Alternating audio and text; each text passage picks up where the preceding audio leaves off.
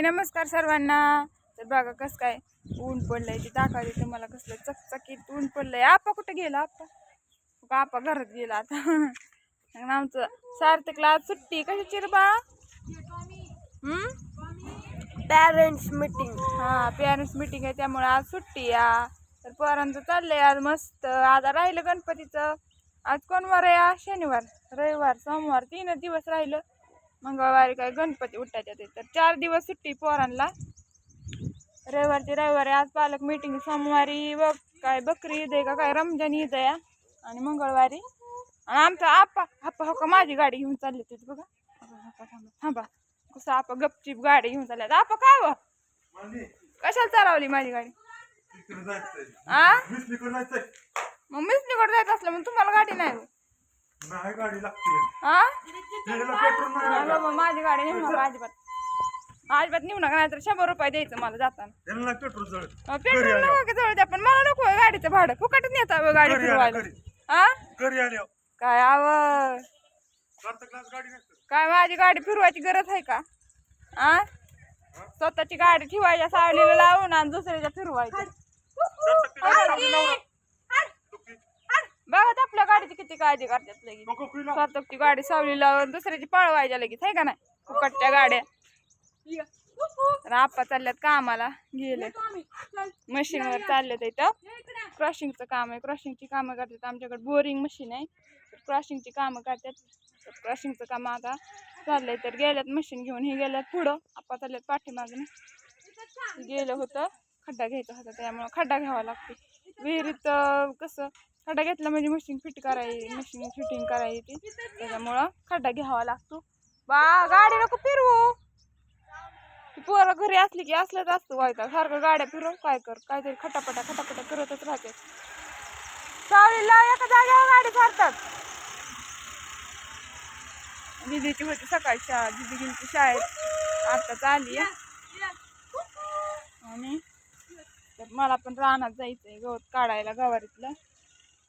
मग तुम्हाला दाखवते, निम्म काढलंय काल आणि आज निम्म काढायचंय। तर दाखवते तुम्हाला, म्हणजे इथंच आहे दारात जवळच आहे गवत, ते दाखवते तुम्हाला। भाजी टाकायची ती पण आज पण काय भाजी टाकायचं हेच नाही, टायमिंगच नाही, कारण आज कामावर मशीनवर गेल्या त्याच्यामुळं आज काय जमणार नाही। ट्रॅक्टरचं ड्रायव्हर घरी असल्याशिवाय कोण टाकायचं, त्यामुळं चाललंय। तर आपल्या शेतात पाणी बघा किती कमी झालंय। 2-3 दिवस लाईट नव्हती तर एवढं पाणी कमी झालंय। तर आता रात्रीचं करतोय आम्ही मोटर चालू, विहिरीवली रात्रभर ह्यात पाणी चालू असतं आणि दिवसाचं मग हे करायचं भिजवायचं। बघा एवढं पाणी 3 दिवस लाईट नव्हती तर कमी झालंय शेततळ्यातलं। तर आता एवढं भरून घ्यायचं, भरल्यावर दाखवते तुम्हाला। भाजी टाकायची राहून गेली, बघू आता उद्या टायमिंग मिळाला तर उद्या टाकायची, कारण ते काम महत्वाचं आहे। पहिल्यांदा ते केलं म्हणजे आपलं घरचं कावा पण करायला येते। ते भाजी टाकायचं काय तासाचं काम आहे नाही काय। हो का इकडलं गवत काढलंय, निर्माळ केली गवार चांगली मस्त अशी। निर्माळ असल्या तोडाय पण काय वाटत नाही, आणि ही मच्छर वगैरे असं ह्यात गवत हे ठेवलं तर मच्छरही राहतात त्याच्यामुळं मच्छर चावतात। आणि मग त्यामुळं केलंय निर्माळ, हिकडली सगळं गवत काढून घेतलंय, हिकडलं राहिलंय काढायचं एवढं 4-5 साऱ्यातलं ते काढायचं आता। बघितलं का किती गवत वाढलंय।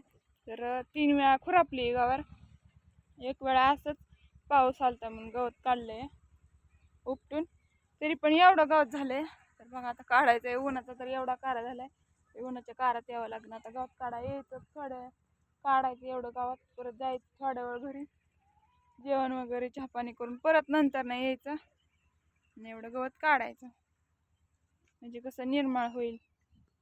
जास्त गाचपाना असले की जास्तच राडा वाटतो। तर हो का इकडं गवत काढून टाकलंय काल काढलेलं, ढिगारा घातलाय नारळाच्या बुडात तर शेताच्या कडेला। तर हो का इथं तोंडल्याचा वेल आहे, तर तोंडली कोणाला आवडतात खायला? आमच्या दिदीला आवडते का कच्चा पेरू तोडून घेऊन आली। थांबा जवळ दाखवा तोंडल्याचा वेल बघा, हो का तोंडल्याचा वेल लय मोठा झालाय। असते ना आतमध्ये पण लय लांब आहे तिकडं, नाही लय गवत आहे अडचण आहे त्याच्यामुळं एवढा मोठा झालाय तोंडल्याचा वेल। दीदी आमची आज रानात आली गवत काढाय खुरपायला. कच्चं पेरू खाती या बघा, कच्चं पेरू खाते. तर कडीपत्त्याचं झाड पण मस्त फुललंय, हिरवगार झालंय, छान असं कसला मस्त दिसतंय बघा. आणि गावरान कडीपत्ता आहे, ह्याचा वास पण छान येतो, लांबण्यात वास येतो ह्याचा कडीपत्त्याचा. आम्ही नेतो बी मंडईला विकायला. तर ती जास्त गावरान बघूनच कडीपत्ता जास्त घेतात, तसला वास नाही आल्यावर घेत नाहीत कोण. जर ही पण हो का, इकडं पण झाड आहे, इथं पण कडीपत्त्याचं झाड आहे, 3-4 झाड आहेत कडीपत्त्याची. तर दुसरं असतं तर गवार ही त्याच्याबरोबर आपलं नेतात विकायला हात्या. तर देतो तर 5 रुपयाला गड्डी विकती कडीपत्त्याची. तर असं त्या होती ट्रिप. इथं पण नारळाची झाडं लावलेली, इथं पेरूची, सगळ्या फळांची झाडं लावलेत इथं. आईची ट्रिप होती म्हणून लावल्यात इथं मग कडीपत्त्याची पण. म्हणलं होईल आपलं जातोय विकायला तर त्याच्याबरोबर न्यायची म्हणून लावल्यात इथं. त्याला काय लय कष्ट नाही, फक्त पाणी, ड्रिपचं पाणी सोडायचं आणि न्यायचं गड्ड्या बांधून विकायला. त्यामुळं लावलं तर इथं. आणि घेतात जास्त शहरातली लोक ताजा ताजा कडीपत्ता. त्यांना काय शहरात काही कुठं लावा येत नाही, त्यांना काय जागा असतात का काय असतात, त्याच्यामुळं घेते ती. आता आपल्या इकडं गावाकडं कोण घ्यायचं, प्रत्येकाच्या घरी असतात, आपापल्या घरी लावतात सगळेजण, पण शहराकडं काय नसते त्याच्यामुळं घेतात. नारळाची झाडं पण मस्त झाले तिथे, हिरवीगार छान अशी. तिकडं पण आहेत बघा, अशी 20 झाडं लावले तिथे नारळाची. नारळ कधी येतात काय माहिती, नारळ किती वर्षांनी येते ती पण मला माहित नाही. कुणाला माहित असेल त्यांनी कमेंट करून सांगा प्लीज. आणि व्हिडिओ कसे वाटतात ते सांगत जावा. आमच्या शेतातलं वातावरण, गावाकडलं वातावरण कसं वाटतं ते सांगा कमेंट करून. कोणाकोणाला गावाकडलं वातावरण आवडतं, कोणाकोणाला शहरात राहायला आवडतं, त्यांनी कमेंट करून सांगा. आम्हाला तर गावाकडंच बरं वाटतं. तर असू द्या, बघा कसं वाटतं व्हिडिओ. सर्वांनी शेअर करत जावा, परत लाईक करत जावा, सबस्क्राईब करा राहिलेल्यांनी.